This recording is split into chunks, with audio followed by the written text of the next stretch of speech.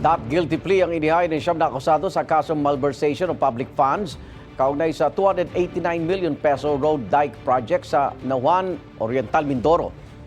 Non-bailable ang kasong malversation pero ayon sa mga abogado ng mga akusado, maghahain sila ng petition for bail dahil mahinaan nilang ebidensya laban sa kanila. Tutol naman dito ang prosecution. Magkakaroon lang daw ng bail hearing sa loob ng 30 araw matapos ang pre-trial na nakatakda sa December 11. Ayon sa korte, minamadali na nila ang proseso dahil inaasahan pa nilang may iba pang kasong isasampa kaugnay sa questionabling flood control projects.